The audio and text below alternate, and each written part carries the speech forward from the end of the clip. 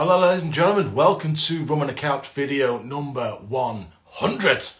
My name is Dave, creator, owner of Manchester Rum Festival, and for this very special live episode as well, I wanted to do something that I have to say I never thought I'd be able to do. If anyone's met me before, anyone knows who I am. I'm a massive fan of rum, as you would imagine, owning a rum festival. But ultimately, what got me into rum is pretty much Saint Lucia. Now, I'm wearing an appropriate shirt. This is my Saint Lucian shirt. I've been very, very fortunate to have been to the islands many, many times over the last several years, predominantly for my work with Saint Lucia Distillers. And what got me to understand rum, what got me to be involved with all this category and all this diversity within it is Chairman's Reserve rum. Now, Chairman's Reserve, I'm sure anyone who's been to my rum festivals over the years have seen Chairman's on the stands, experienced it in the many bars around Manchester, and well, ultimately the UK as well. But ultimately, that is just a tip of the iceberg, because Chairman's Reserve was the one that got me to understand rum, got me to appreciate that there's other things out there than just the very basic rums that I was growing up on. I say basic, I shouldn't say the word basic. There were rums that got me on board with what rum actually is. Got me away from American whiskey, which I was a big fan of and still am today. And ultimately gin, well, I suppose gin wasn't, I don't know, there wasn't as many flavours as there are now. A lot more traditional back then, but ultimately it got me a better opportunity. Now, saying that, I didn't realise how high-end, how premium, how exclusive rum could be back in, what we're talking here, 2006, 2007. I think probably because there wasn't really anything out there. But as time's gone on, especially with the growth of single malt whiskies, you know, you're talking 40, 50, 60-year-old whiskies there. It was something that it just wasn't really known. I think mainly down to obviously the aging process in the Caribbean especially. It doesn't take us long to gain as much flavour profile, complexity from the barrel stays of these ex-American oak barrels. But ultimately, it gets to that point where experimental is required. Now, we all know about Foursquare as a great example. We know that Richard Seal and his team are always trying to push the boundaries of what Barbadian rum can do when it comes to, you know, port finishes or Zinfandel cask influences or whatever sort of, I was going to say on trend, but we do start trends as well. And it's not just down to them as well. There's many other great producers out there in the world. And not just from the Caribbean for that matter either. But that's the thing. Because I wanted to focus on a brand today that, I'm not going to lie, the vast majority you will not be able to buy anymore. But I never thought in all my years of collecting these brands, or this brand, sorry, and these bottles within it, I would actually be able to do this. I've always said in my mind, as brand ambassador for Saint Lucia Distillers, that if I ever did this, it would be in front of some very, very important people. I can't think of any more important people than the people who have followed Manchester Rum Festival, especially through COVID, which kind of kick-started what Rum on the Couch is all about as well. So this is, I'm trying to showcase the sort of magnitude of this. In my mind, this is huge.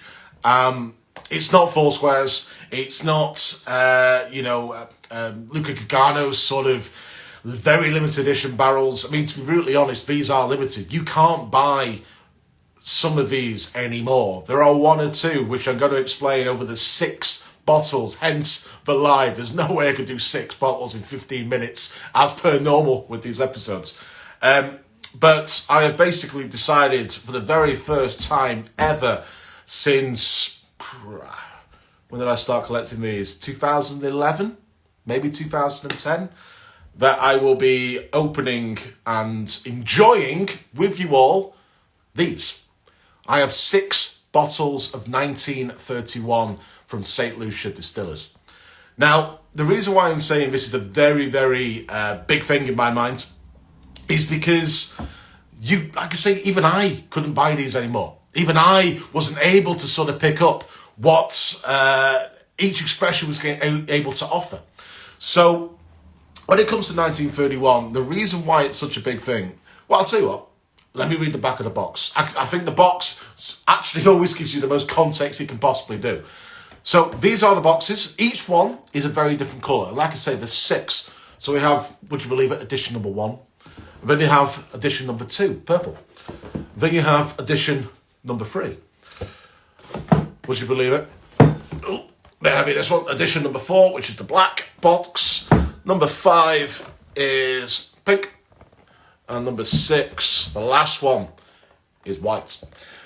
Now, each one comes with the same sort of label on the back. So essentially, in 1931, a new distillery was commissioned in the Mabayo Valley near Dennery in Saint Lucia. The distillery was founded by Dennis Barnard and produced rum until 1972, when Saint Lucia Distillers was formed out of the merging of the Dennery Distillery and the Roselle Distillery. In 1931, celebrates the history and Saint Lucia Distillers' commitment to world-class handmade rums, which has now lasted 80 years. 1931, as in the first edition, is a blend of 9 casks containing distillates from 3 different pot stills and a coffee still. Now, just to give a bit of context, those pot stills are Vendome, John Doe number 1 and John Doe number 2. The casks selected were judged to contain our finest rums and ranged from casks laid down in 2004 to older distillates laid down in 1999. Of the 9 casks used for aging, 7 were American white oak barrels, while 2 were port casks. The blend was assembled and then placed back into American white oak casks for a period of 3 months for a final marriage before being bottled. We have preserved the integrity in 1931 by using light filtration methods, which do not include chill filtration techniques. As a result, the rum may throw a harmless sediment that is perfectly natural. Essentially, this was the very first one. We had no idea at the time that we were going to make 6, a yearly occurrence. And essentially, this was Laurie Barnard's, Dennis Barnard's son. Laurie Barnard's experimental range is what I've always seemed to call it. It's showcasing what Saint Lucia Distillers as a distillery can do, as production, but ultimately also showing off the creativity of rum in general. You know, like I say, you've got to remember that this sort of, to a point, kind of predates what Foursquare does. It's sort of potentially merged around about the same time in some ways, but ultimately it was seen as quite a unique offering. Very, very small batch and slightly different ABVs in comparison to, say, the Chairman's Reserve, the Admiral Rodney and the Bounty rums of the day at the time as well. So to see something like this, this is Laurie's understanding of how they can push their own boundaries, how they can push what St. Lucian rum can be defined as, but also pushing the boundaries for what people would expect from rum as well. With that, we have all 6 to try. Now, each 6 are very, very different. Now, you will notice as we open these that 5 of these have been opened already. 2, I will give you a bit of context a little bit later, and the latter 3, the same scenario as well. But this one, the very, very first edition, has never been opened. Reason why? I never thought I'd have a second bottle to open. I've had all 6 of these bottles for a long, long time now. Essentially since the last one was released back in 2016. And ultimately, we never really... I came too late to the party to understand the significance of what 1931 was all about. So, in reality, I never really sort of had the opportunity to pick up when they were released. I actually bought my 1931 first edition bottle in Germany, of all places, because I needed to collect them all. St. Lucia Distillers had none left over. The importer for the UK at the time, Emporia Brands, they'd run out. Even they were saying that they should have kept some. They didn't realise how much of an impact that the 1931 range was going to have. But ultimately, I needed it. I needed to make sure I had all of them because I'm a massive fan of St. Lucian rum. So I bought mine from Germany. I couldn't tell you who from. I couldn't tell you what website it was, but I did. It arrived, and I thought, fantastic. I've got all 6. Let's put them on display, and let's never touch them. Ultimately, a couple of months ago, in obviously our Saint Lucia Distillers warehouses we've grown. We now have two very, very big warehouses, which has been able to produce more rums for everyone to enjoy across the world. But ultimately, we've been able to have more opportunity to move what we used to have in our first warehouse over into these new ones. And it turns out that we found some cases of the first, second, and third editions. These fabled, these unicorns of St. Lucian rum. Of course, I'm going to say the words, yes, we need some for the UK. We were only able to get, let me see if I get this right, about 24 bottles of the first edition. And historically, obviously, back in the day, we used to sell them to some great independent retailers, and it's exactly what I wanted to do for this very, very rare opportunity. So I was able to talk to a couple of independents who originally had these bottles, so they really understood what it was, but also knowing they had the clientele base to have it as well. So I sell them to the likes of Roma Whiskies, to Starmore Boss, to Whiskey Online, to Aston's and Manchester as well. And would you believe it, as soon as it goes out, and we're not even talking just general sale, this was just a little bit of a mailing list from each of their respective audiences, and just the hype from their own fans alone, sold out. But I made sure I picked one up myself. So I'm very, very happy I can finally do this, because I didn't want to open my only bottle and then realise I wouldn't have another one to, enjoy my later life, because this is going to go down pretty sharpish. But the cool thing is, it's been a very, very long time since I had this in my mouth. That sounds weird, but you know what I mean. So I probably said the very first and potentially only time was in Saint Lucia Distillers back in 2014. I should have bought a bottle back then, but I just didn't know how crazy, to be brutally honest, you guys were going to be about this. So let's see if we can get this open. Heart's going a little bit. This is something I generally never thought I'd ever open. Cellophane is off. 43% ABV this is. Oh, beautiful cork. So, who cares if it's Saturday? We got some important rums to try. Just going to give that a wipe. So in case you've just joined, because I do see we have some people live, I apologise if I'm not interacting with you as I would normally do in these live ones, mainly because we're gone landscape and all the comments are down here. So I will do my very best to interact, but ultimately I understand that this has not been advertised to be live as well, so don't you worry. But ultimately, let me just remind us what this is. So 43% ABV. And this is the cool thing, actually, because there's not a lot of brands, although it's saying that they're actually going to go a lot better these times. But there's not a lot of brands who are very transparent. But when it comes to this, 1931 really hammered home that we have nothing to hide. So like I say, 1931 is a blend of 9 casks containing distillates from the 3 pot stills and the coffee still. The casks selected were judged to contain our finest rums, range from casks laid down in 2004 to older casks laid down in 1999. Of the 9 casks used for aging, 7 of those were American white oak barrels, while 2 were port casks. The blend was assembled and then placed back into American white oak casks for a period of 3 months before a final marriage before being bottled. And of course that light filtration as well. So, where is my glass? Oh, lost my glass then. Ladies and gentlemen, welcome to the very first edition of 1931. And the very first thing I pick up is actually not what I expected. Gooseberry. Weird, eh? Gooseberry.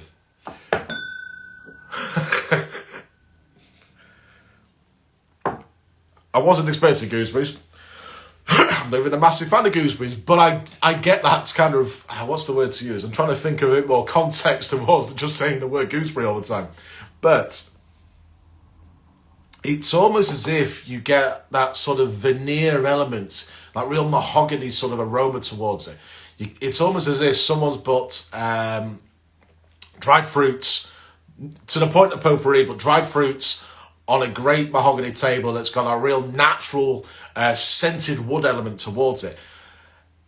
And it's a beautiful aroma. It's if you're going into a natural wood store and you just get hit with that, what dare I say, natural wood aromas. That is exactly what I'm getting. And the gooseberry element is sort of that ripeness towards that oak as well. I get a little bit of honey. I get a little bit of that kind of, actually some sweet honey. I was going to say it's quite light, but I do get that sort of rounded sweetness towards it as well. It's really opening up a little bit more now it's out the bottle as well.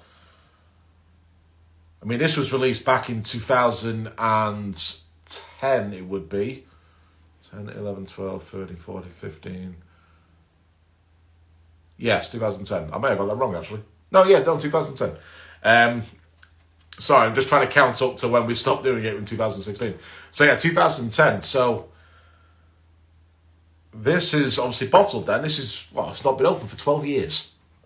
Now, obviously, we know that it's been corked. It's been shrink wrapped as well, so it's not been adulterated in any way whatsoever. But it's amazing what a bit of oxygen can do to releasing some of these fantastic aromas. Definitely a lot more tannin towards it now.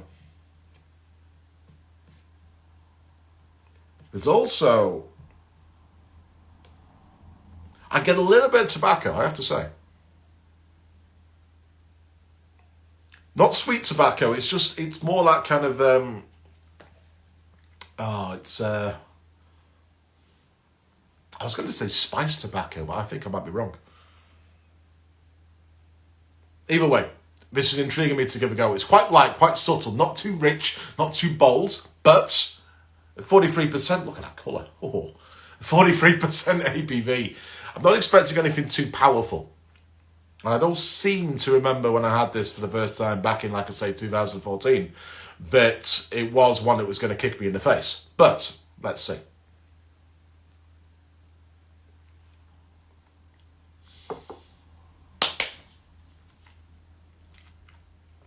God, that makes me happy. Wow. Oh, it's bringing back a lot of memories as well. I love a good memory scent rum. This is bringing back that first time I ever went to Saint Lucia. Tried, what was available at the time, up to, I think, the 4th edition. And just, when you just want to immerse yourself in a rum brand, this what got me to immerse myself into Saint Lucia Distillers,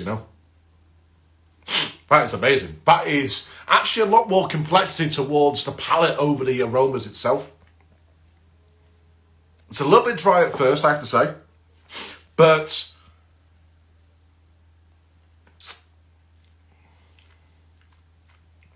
dried prunes. You get a little bit of that sort of soaked raisin element towards it as well. Tobacco definitely comes through now. There's also, I'm not a massive fan of nuts personally, but I get that kind of roasted hazelnut element towards it. A little bit of, maybe walnut. I don't really know what walnuts could potentially taste like, but I've had it in syrup form. But that is kind of what's reminding me a little bit. It lingers as well. It's, like I say, it's not too heavy, but ultimately, it's not too sweet either.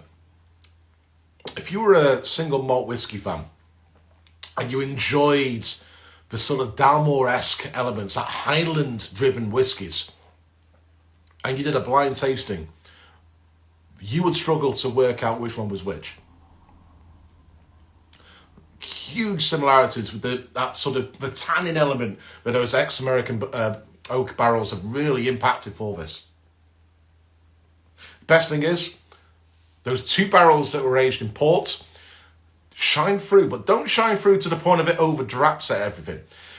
A lot of, it's not a port finish, it's a port influence. And that's the cool thing about this. But you do get a marriage, you get that sort of, it's bold. I wouldn't say it's rich. It's not offering that sweeter profile. It's offering this sort of wet dryness, which makes no sense. But bear with me. It's like having that wet raisin element, where you get the dryness of the raisin from the skin, but you get the soaked element as you bite into it. It's sort of that scenario on the palate. And the more I talked, the more it's drying out, but actually in a very, very good way. It's sort of seasoning itself as it dries out. That is beautiful. I am very happy right now. I apologise, but mainly for the fact that I'm glad it's as good as it was back in 2014. There's nothing worse sometimes than having something hyped in your head for so long that you're like, I can't wait to try this again. And you do, and it's like, that's a bit boring. That does not. That is very good. Right, let's move on. Because I'm aware there are people watching, and I don't want this to last for too long on your Saturday mornings. Thank you, of course, if you are watching. Do say hello if you are. Like I say, I will do my best to read sideways. I apologize, I've also got quite an itchy nose as well. So, second edition, released in 2011. I'm just going to get up the specifications of this one. Oh, sorry, just to let you know, there was about 6,000 bottles for that first edition. That was it. And once it was gone, it was gone. Saint Lucia Distillers made no more. Laurie Barnard, at the time, was just like, let's see how it goes. Get it out. What response we get is fantastic. And I'm fairly sure... I don't know if the first edition won any awards. I don't think it did at the time. So, second edition, 43% ABV. Here we go. Released in 2012, this would be. Now, purple edition. Reason why this one's open is because you can buy this one here in the UK. Who can you buy it from? I will tell you after I've done the third edition, because both are available from the same retailer here in the UK. Now, second edition, again, beautiful box. So on the back of the box is everything you need to know. I've got it in bigger form because as much as I love the writing on here, it's bloody tiny. But I've got it on my laptop. So, second edition, bear with me, ladies and gentlemen. The casks selected were put down in 2004, 2005 and 2006. These include casks containing 100% coffee still distillates, matured in a combination of 7 American white oak casks and 2 port casks. In addition, so that's actually quite similar to the first edition, but in addition, use of selected casks with 100% pot still and a 50-50 blend of pot and coffee still, aged in American white oak as well. So it's like an improvement, potentially, as if you look at it like that, from that 1931 first edition. However, it's lacking that 1999 aged influence. This is only 2004, 2005 and 2006. The blend was assembled and then placed back into American white oak casks for a period of 3 months for the final marriage before being chill filtered and bottled. And again, only 6,000 bottles were ever made. So, I did give this a go last week when I showcased it at this particular retailer's yearly, showcase. We're using the same word again. And it went down a storm because a gentleman even bought a bottle there and then, which is great to see. He took full advantage of hopefully what you guys will take advantage of as well. Duke's Rum Place. Morning, Dave. Living the dream, tasting the first edition of this hour. Sean, you know I always will make an effort, no matter what time of day it is. And I hope you are too, because in Ireland there's a reputation to be had. So, second edition of Saint Lucia Distillers 1931 range. And the first thing I actually get a little bit more pronounced on the port element there. I get a little bit more of that, I was going to say wet raisin, but that makes more sense if you've been hearing from the very beginning. There's an element of, I actually get a little bit of blackcurrant. Really getting that kind of ripe stone fruit element towards it.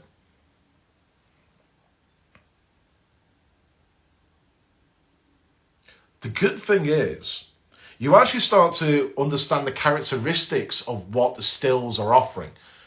What you got to remember is that pot stills, obviously, in my mind especially, offer a lot more the complexity, a lot more that robustness that you would expect, especially in things like Jamaican rums. But a column still, the coffee stills that are available to the rum world, actually do impact a lot of flavour. Now, in terms of Saint Lucia Distillers, we could go on into a whole new tangent, and you ain't here for that. You are here for the 1931 range. But pop over to the Saint Lucia Distillers stand at Manchester Rum Festival, 9th of July 2023. 8th of July 2023, sorry. You will obviously be able to ask the questions and learn so much more about the flavour profiles that are influenced from the stills themselves. However, what I can tell you is that a lot of these stills offer things like orange peel, marshmallow tones, that sort of texture towards it as well. And that's kind of what I'm picking up. It's almost not just the influence from the actual barrels themselves, those ex-American oak barrels, but the stills are impacting at the same time. And it's amazing how a lot of people never think about what that can do. Even I, back in the day, only presumed that stills were just there to make it go from like 95% ABV, from like 9% to 95% because it starts to make the alcohol better. Other than that, I never thought it would impact the flavour as well. And it's great that it does, and it's great that we're now having that transparency for it. The cool thing is, though, again, I've just left it a little bit more to open up. Because it is quite chilled, I have to say. These are not room temperature bottles, but I'm getting that sort of sultana element now. It's beautiful raisin aromas. I get a little bit of cocoa as well, actually. It doesn't surprise me with Saint Lucia. Okay, 43%. Let's give it a go.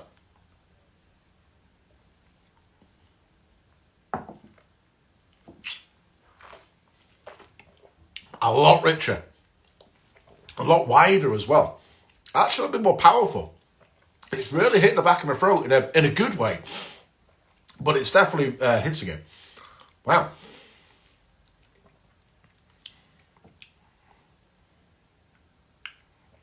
I've also just realised that if this is landscape on Instagram on a story, there's probably an element that this is probably going to be looking a little bit weird for anyone who's joining in.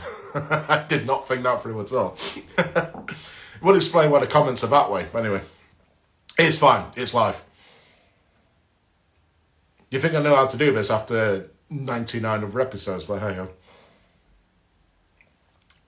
This is a very long profile. You get the tobacco, you get the cocoa, you get the richness. That port is really influencing. It almost feels like it's a slightly younger rum. Maybe the lack of that 1999 impact has maybe opened up more the opportunity for that port to sort of blend in better. But also, I think the fact that it's predominantly coffee still, that column still only now, it's impacting probably in a way that you wouldn't traditionally have when it comes to an aged rums. What you got to remember is that coffee stills are predominantly used in the likes of Spanish-style rums, your Bacardi, Havana Clubs, Santiago de Cubas. And there's nothing wrong with that. They're very, very good rums. But a lot of people expect the flavoursome elements to come from the pot stills, that Jamaica, Trinidadian, Barbadian, Guyanese sort of profiles. And I get it, because it's just the association we've had over the years. But what Saint Lucia Distillers, what Laurie Barnard and his team realised, that a coffee still can make some amazing rums. Apple Rodney is pure column still. And it's one of the most awarded rums from Saint Lucia Distillers' portfolio. Because it's amazing if you take a little time and understanding and also be able to utilise the blends of what that still can offer into the ex-American oak barrels that are being used. You get a beautiful marriage. And this is really showcasing what that can do. That is fantastic. Absolutely beautiful. All right. 1931, third edition. Beautiful turquoise bottle. Still on the 43% ABV. Again, this is the blend breakdown. So, released in 2013, only 6,000 bottles of this one as well. This is a blend of rums from all the distilleries' 4 stills. So that's 3 copper pot stills, 1 column. The coffee still distillates are matured for 6 and 11 years. And John Doe pot still distillates are matured for 14 and 15 years. A blend of Vendome and John Doe pot still distillates are aged for 10 years. Plus a 7-year-old port cask coffee still distillate and a 7-year-old port cask John Doe pot still distillate are also used. The distillates were then blended and placed back into American oak for 3 months and then chill filtered. However, 12 grams per litre of added sugar is in this rum. So, the age-old conversation is adding more sugar to something that is already made of sugar going to make it any better? Or God forbid, does it make it all of a sudden quite inadequate? Now, we're not going to have this conversation right now because we're going to start a war of words, I would imagine. And my opinion will not always count, but also it will never count as well. However, the way I'm looking at this right now, my God, that's completely different. The way I'm looking at it right now is Laurie was experimenting. What would happen if we added a little bit of sugar to something that's already made of sugar? What would happen if we didn't add pork finish or add a sauterne cask finish instead? That's what 1931 as a range was all about. So I will take his hat off and give it a go. Because that's what rum's there for in my mind. No matter what it is, let's give it a go. Let's see if it's worth the hype. And in my mind, you can smell. You can smell the sort of additional sweeter notes for this. It's not too obvious, don't get me wrong, but I think because my nose is trying to seek it out as well.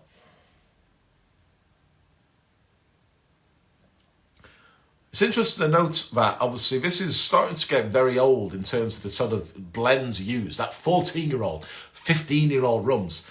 You've got to bear in mind, for a bit of context, back in, this was released in 2013, these were some of the oldest rums that we ever had available to us. You know, Apple Roddy doesn't go that high. That was 12 years old.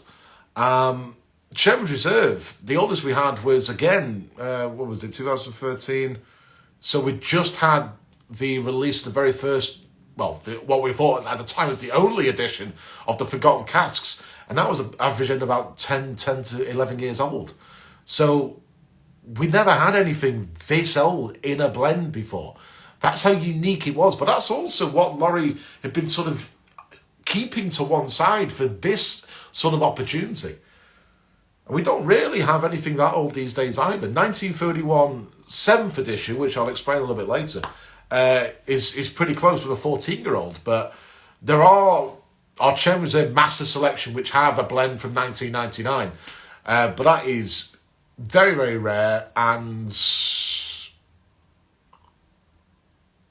I was going to say, sometimes, depending on the strength, can really make or break how you perceive Saint Lucia Distillers' age profiles. But this was very unique at the time. Anyway, sorry, I'm talking for context. I'm not actually giving you context for the rum. So like I say, I get more at sweetness, but I think my nose is trying to pick it out.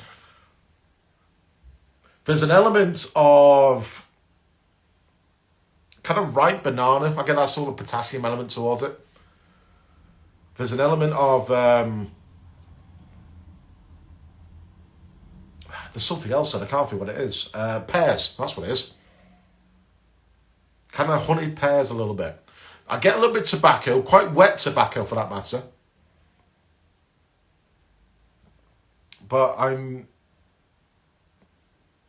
weirdly, there's a lot going on, but nothing's really specifically shouting out into my mind. You know there's a lot of opportunity of aromas there. It's just they're marrying so well together that nothing's particularly standing out. You're just getting a beautiful wave every time. Okay, let's see if the palate sort of brings out some light bulb moments. So, 43% ABV.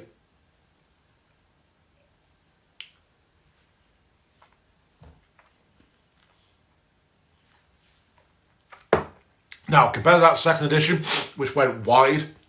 Third edition, straight down the middle of your tongue. It's quite concentrated. You get the sweetness, definitely is there. Can't deny that. But you get the prunes, you get the plums, you get the pears, you get the blackberry element towards it. And we're talking the skins as well. It's really offering a beautiful tannin element towards it. You know you've got a bit more of a bolder, higher age elements of rums in here as well. It just feels it. You feel a bit more grander about it. There's an element of longevity as well. That real tannin of the woods is really bringing out the longevity here, definitely. Again, it wouldn't be out of characteristic if it was confused with a single malt whiskey from the Highlands. There's a lot of crossover there.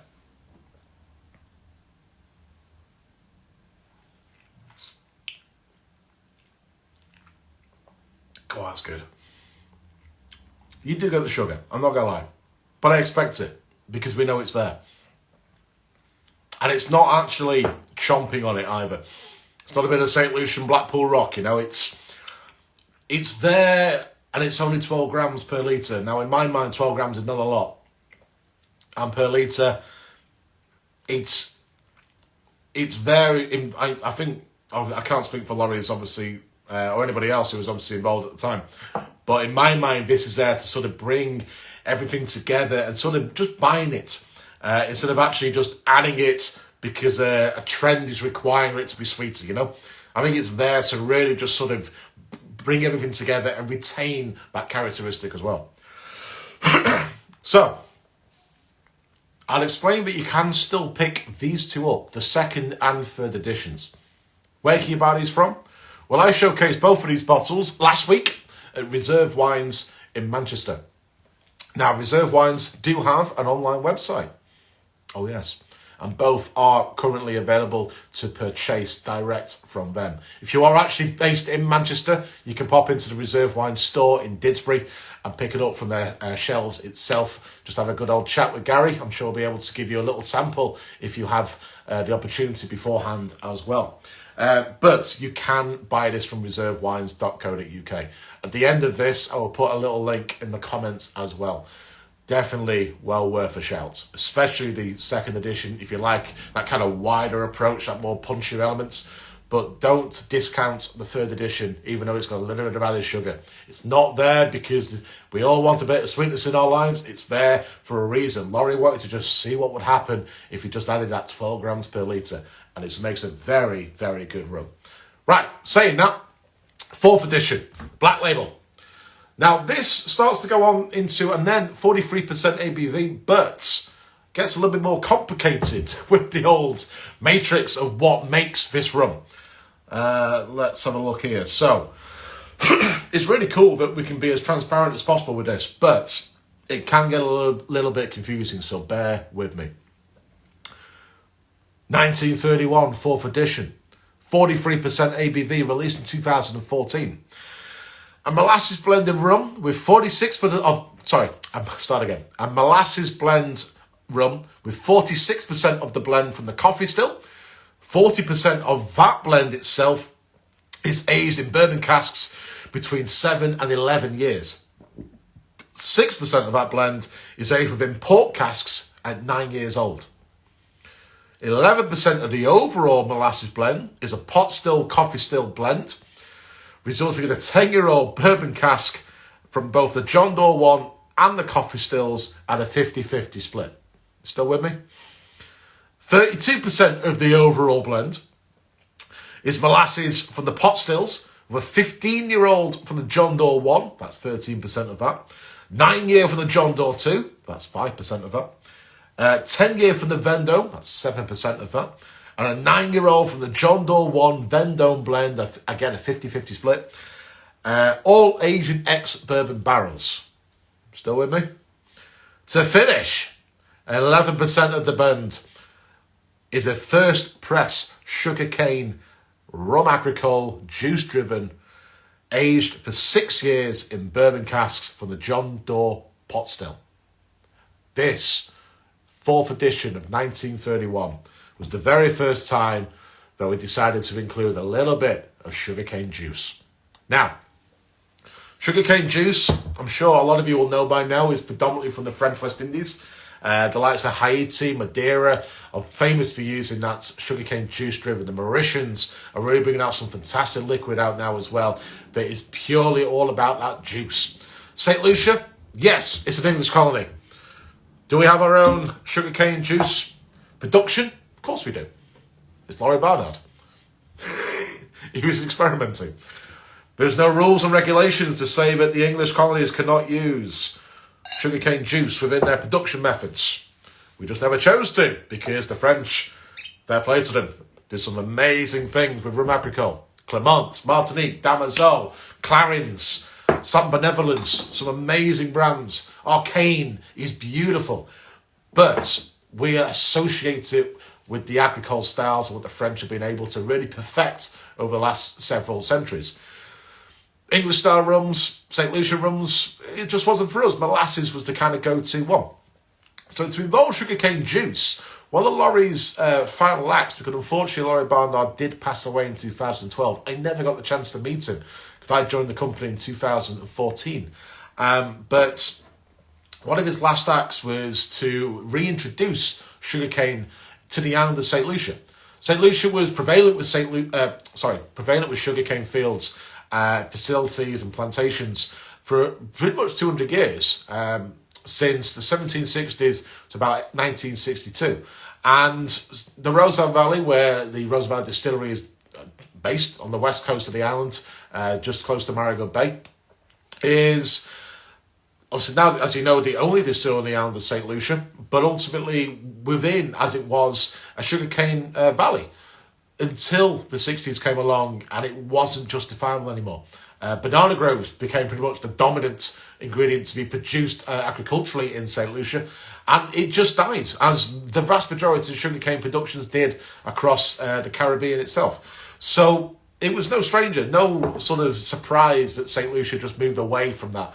But Laurie brought it back. If see if we get this right off the top of my head, we had about 15 acres in the surrounding vicinity of Saint Lucia Distillers, which Laurie reintroduced. I think there's 3 different types. I may be wrong, but 3 different types of sugarcane from the West Indies breeding in Barbados, and reintroduced it, and just saw what happens. And obviously, it takes a while for it to really gain the nutrients, to gain the elements from. It's a volcanic island, St. Lucia, so there's a lot of impact. But you can't just do it after the first year. You've got to really give it a couple of years to get the best out of it, to get the best nutrients, but also the best impact to what that juice could do. Whether he actually saw what his juice could do in terms of some pre-production sort of raw examples, I don't know. I'll have to actually ask the question for that one. But ultimately, he never saw the 1931 4th edition being released. So, this was one of the very first to include it. And I don't think many people at the time realised it was in it. Which is surprising, because it smells like agricole. It smells ripe, grassy notes, dry, lemongrass elements coming through quite nicely. There's a beautiful aroma, actually quite a round aroma for that matter, of sort of that dried peeled, what do you call it? So like papaya style towards that real sort of your flesh mango elements. But again, it's the skin. It's like you sort of, you're not getting the flesh, you're getting that sort of the zest element. That's what it is. There's definitely some orange peel in that as well, I feel. I have had this in an old fashioned before. It's Dead Canary in Cardiff, when Alex Taylor, he loves this brand. He loves the bottle as well of the 4th edition. I might tag this into him now to make him a little bit jealous on a Saturday morning. But ultimately, he did make an old-fashioned with this on one of my first trips down to Cardiff, and it was fantastic. And he added some orange bitters towards it, and it really lifted up the citrus elements within this rum.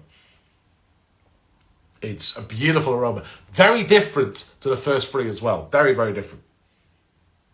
All right, 43% ABV.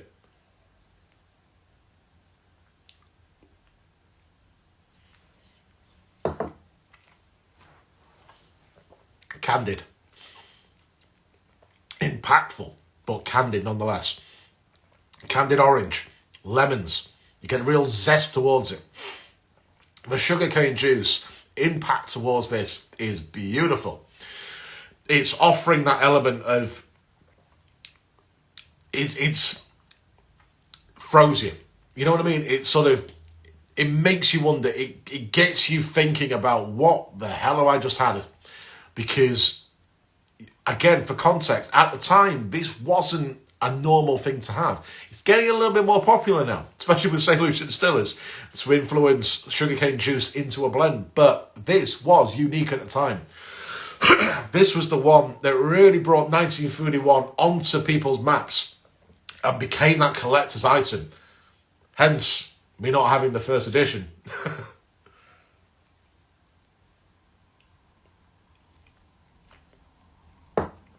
Absolutely beautiful. It's it's powerful, but in a good way. It hasn't got a cash strength feel. It smooths down quite nicely to the point of kind of like raw molasses element. You're getting impacts. It's not treacle, it's not soft, but it is approachable nonetheless. This is beautiful. And to be brutally honest, another very, very different approach to St. Lucian rum.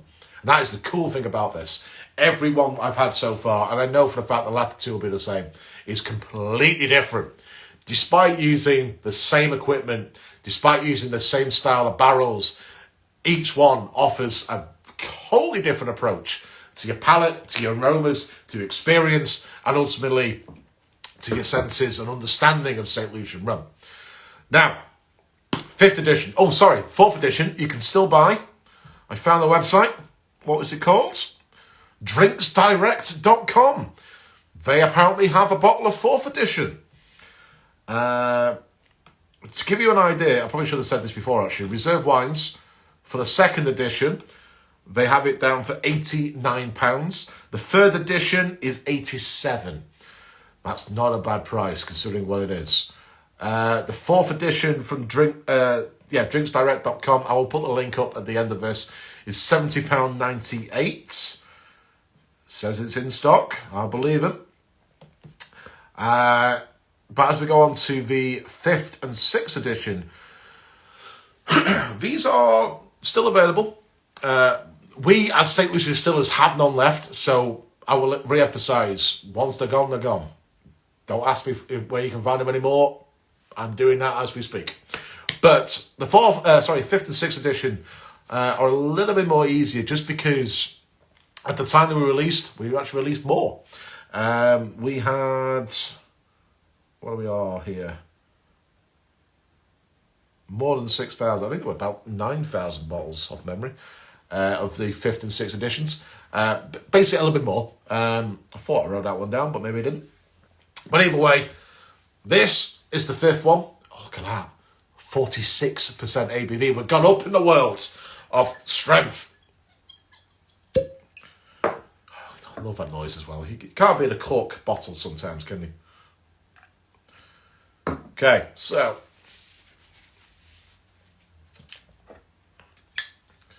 Fifth edition. What are we looking at here?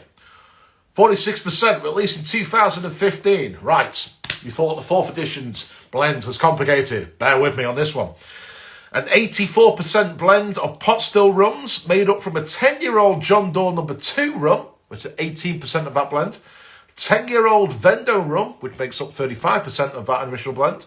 A blend of John Doe and Vendome, 50-50 split. Aged for 10 years, that's 21% of that blend. And a sugarcane rum / John Doe, aged for 7 years, that's 10% of that blend. All aged in bourbon oak. In fact, it's just 84% of that. That's the breakdown of that 84%. Transparency is key. Notice I said the word sugarcane as well, so it's retaining that influence that went down very well in the 4th edition. 16% of the overall blend is made up of, coffee still blends, aged for 10 years in bourbon barrels. That's 8% of that 16%. That is what we call Blend 101. Blend 104 is a 9-year-old in bourbon oak. That's 6%. Blend 101, which is aged for 9 years in port cask, that's 1%. And Blend 104, which is aged for 9 years in port cask, that's the last of the 1%. Basically, using a lot of maths to try and make sure that makes a lot of sense. I think I wrote that down in a way that you can at least translate. What I might do is I might actually just copy and paste this and put it into the comments. But retaining that sugarcane juice element, there's only a little bit, 10% of the 84% is sugarcane rum, John Doe, so that's pot still. The smallest pot still we have as well, 6,000 litres is all that makes. All Asian bourbon cask as well. There's still an element of port in here. Actually a little bit more port because you've got a 9-year-old port and... In fact, you've got 2 lots of 9-year-old ports. What else we got here? And the rest is bourbon. Yeah, cool. But, oh, hello. The first thing I get right now is marshmallow. Getting marshmallow. Marshmallow and rose petals. That's an interesting one, isn't it? It's cleaner, lighter, more fragrant. Marshmallow and rose petals. I don't think I've ever said marshmallow and rose petals for when I've tasted this rum before. Sorry, smelled this rum before. Yep, still getting marshmallows and rose petals. I'd say that. On the odd occasion, ladies and gentlemen, you've just got to say what you get, and I'm getting a little bit more of the... I should get a little bit of white pepper towards it now. But there's also an element of sort of dried tobacco. I'd say a little bit of candied orange, but that might just be the leftovers from the 1931 4th edition. But either way, let's give it a go. 46% ABV. We've upped the game by 3%.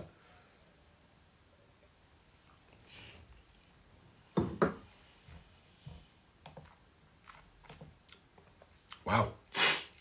That grows in impact. Coffee, a little bit of leather. It's toasty oak, I think. I think so, yeah. It is now, anyway. It kind of, it's actually a bit, it's just, say a little bit dry as well, actually. Dries out actually quite quickly. Yeah.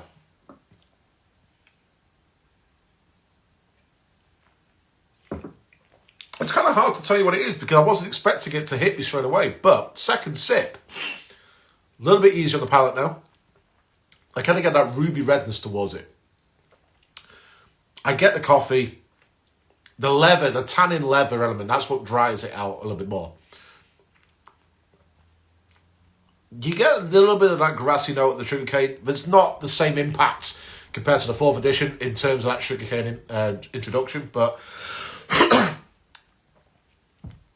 I think the bourbon casks are really influencing it more. The port does, but it's compared to the overall scale, there's not really a lot of port influence in this one compared to the previous 2 or 3. So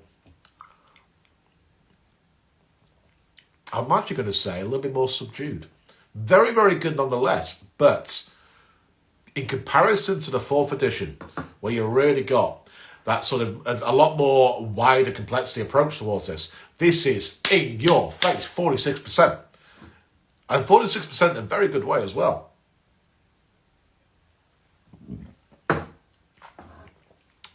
You know what would be really sacrilege with this? I mentioned old fashioned before with the 4th edition. This in a Manhattan. Oh, even a Sazerac. Oh, that could work. El Presidente, even as a twist on a daiquiri. The dryness you get, that leathery notes, is just... Oh yeah, imagine that. 80... How much is this on... Because you can still buy this on the Whiskey Exchange. Again, I'll put the link. £70.95. Not a bad rum to be used for a Manhattan, El Presidente, or a good old-fashioned Sazerac. On the odd occasion, doesn't matter. It's your own rum. It's what you do with it. If you drink it straight as it comes, like I'm doing right now, welcome to my Saturday morning, ladies and gentlemen. Or later on when I make a Sazerac with this. But either way, the flavour profiles, although maybe not as impactful, like I say, you do get hit in the face. There's a lot more of, I was going to say, I'm more like tunnel vision. You know, you really get that sort of defined impact down the right centre of your palate. It's not wide or anything like that. And you get more of the dryness coming through. If you love a good old dry impactful rum, 5th edition, beautiful for you. And it's gone too. Oh, hello. That was an interesting flavour I got right at the end. What is that?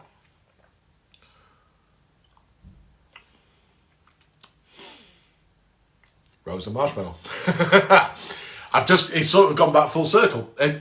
When I sort of got the last bit of that sample then, the aromas that I picked up, that rose and marshmallow, just came through right on the back of my throat. In a good way, that was nice. Cool, right. Number 6. This is the last one for the 1931 original range. So, this was released in 2016. Now, the reason why this is the last one is because Saint Lucia Distillers was bought by a company called Graspenard Hyatt, or GBH for short. They's already at the time owned Clermont and JM from Martinique.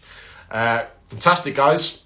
Not because I have to say that because I work with them now, but they have a really good understanding of tradition.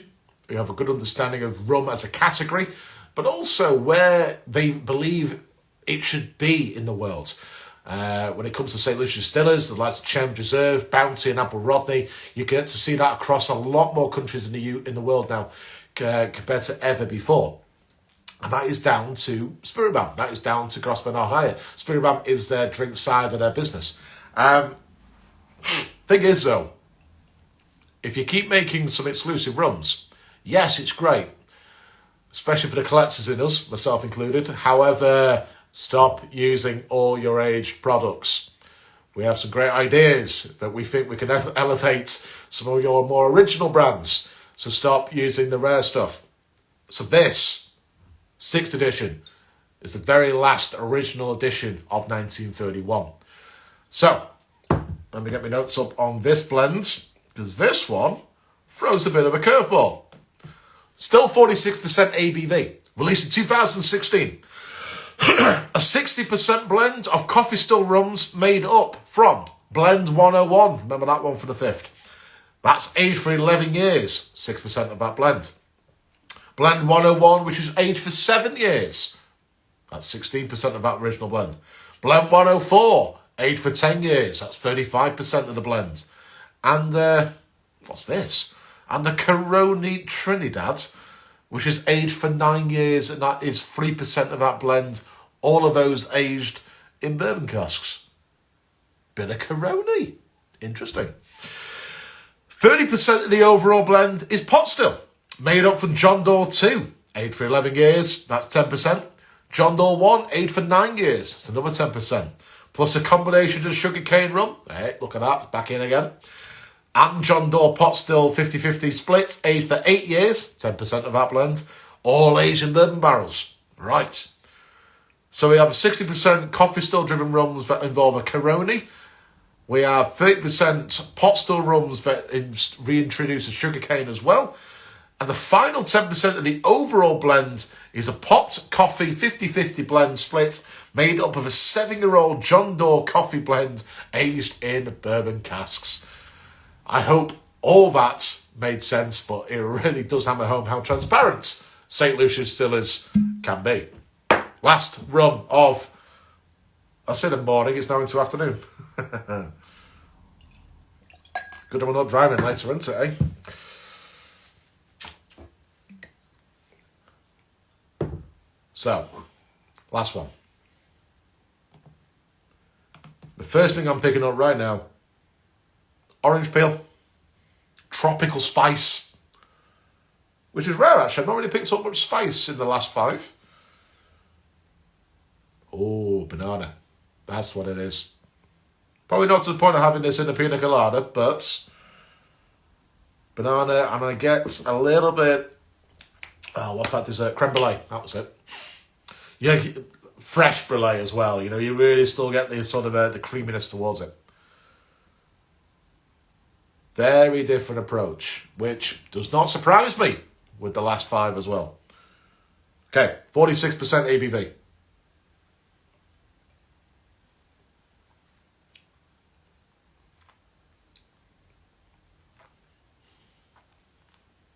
Oh, that's good. Grows really wide as well. Actually a little bit funky. A lot more, I wouldn't say it's overly high-ested, but you get a little bit more impactful from this, from the pot stills. What was the blend of the pot? 60% coffee, 30% pots. You know what it will be? It'll be the sugarcane juice. I think that's what's coming through a little bit more for me now. There's a bit more impact with the juice compared to the 5th edition. Not as much as compared to the 4th, but it's still there. You get it, yeah. You get the grassiness coming through.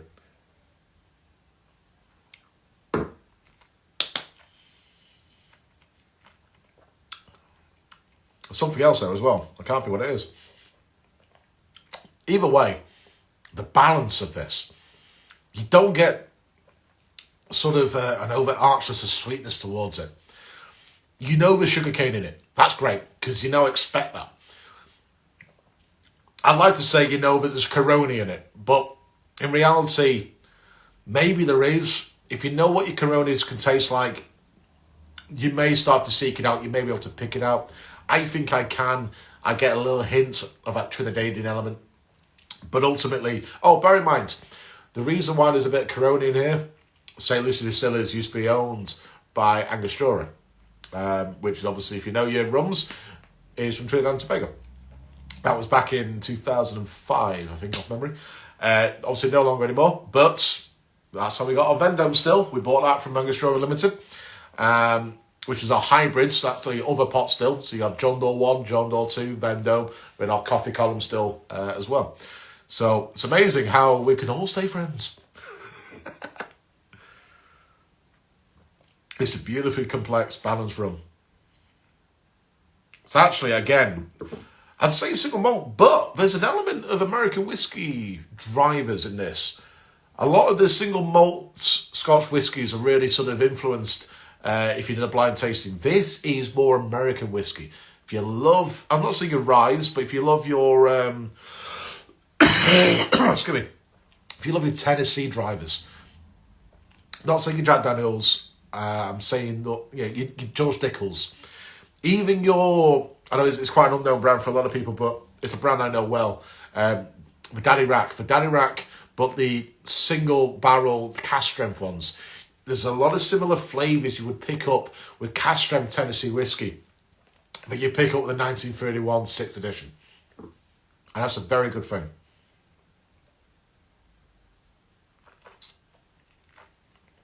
Absolutely beautiful. A lot longer on the impactful longevity of the flavours as well. So, ladies and gents, for 1931 6th edition is also still available from Whisky Exchange. They are looking at it £70.95. So basically, from what I can see for you all, every single bottle of 1931, barring the 1st edition, is still available here in the UK. However, once they are gone, they are gone.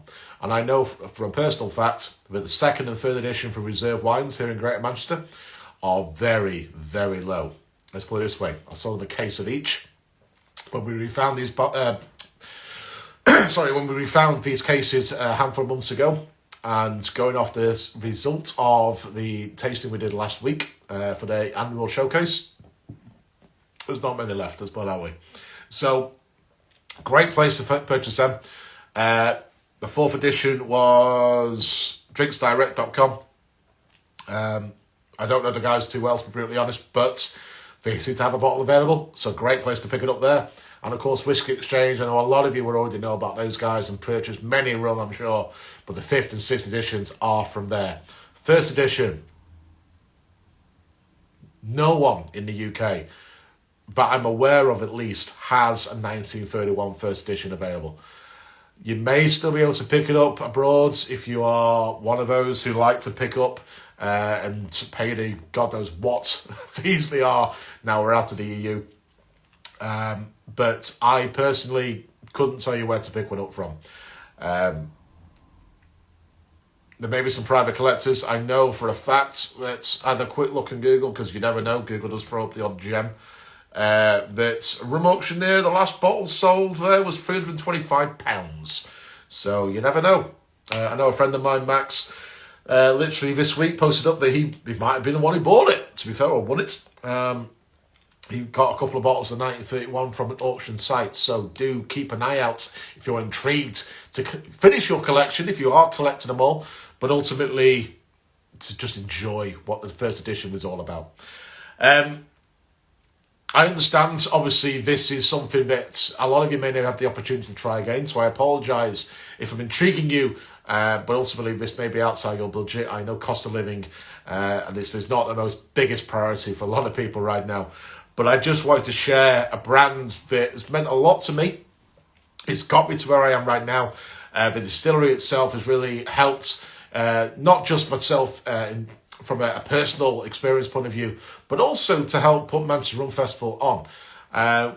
Chairman's Reserve was the very first rum, as I mentioned at the very beginning of all this, that legitimised what rum actually is as a category to me, but also gave me the confidence to give what Manchester, at the time especially, really wanted, and that was a rum festival. So thank you everyone for getting involved, whether you've been an exhibitor, whether you've been an attendee, whether you supported me through media, especially my PR girls from Crate, who are already putting together the ideas as we head into 2023 and the 6th edition of Manchester Rum Festival. I forget, because there's a year we lost with COVID. 7 years, but 6th edition. Which, if you haven't seen already, will be back July... No, that's wrong. Yeah, sorry, July the 8th, 2023.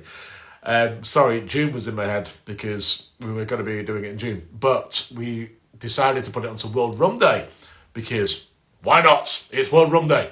Everyone's talking about rum, and you can have some amazing brands as I put the guest list together. But thank you all, because Rum on the Couch, if you've been here from the very first episode, which was Chairman's Reserve, I think it was actually, that was obviously during the first lockdown of COVID back in, I want to say probably April 2020. It got me through it. It got me through a lot of things. I know there's a lot of people watching this, or will watch this later especially, that have come up to me over the last couple of rum festivals especially, or got hold of me direct and said that it helped them get through as well. And that is an amazing thing for me to be able to say, and be able to help more than anything else. Like I say, even myself, I was in my own, obviously I've moved house since, as some of you know, because obviously the background's changed, but the couch has stayed the same. That's the main thing. But ultimately it got me through a lot of lonely times as well, especially in that first lockdown, as the bubbles were, that's not really a thing, I suppose, were they, back then, but hey-ho. But we're out it now, and we're now on episode 100. So I thank you all for joining. I thank you all for watching, especially if you've been a fan since day one. If you're joining What Rum on the Couch is, do check out all the episodes. There's a lot, and there's a lot of rums covered.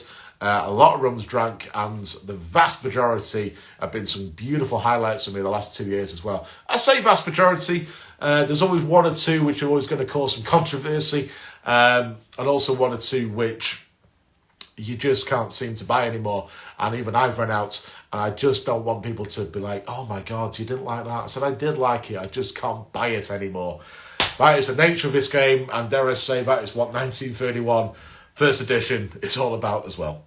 So ladies and gentlemen, if you've been joining me live, thank you very much. Apologies if I'm not interacting with you too much. I'm hoping also that, like I said about halfway through this, you've not been watching me from a weird angle, because I've just realised of Instagram, this may look a little bit different.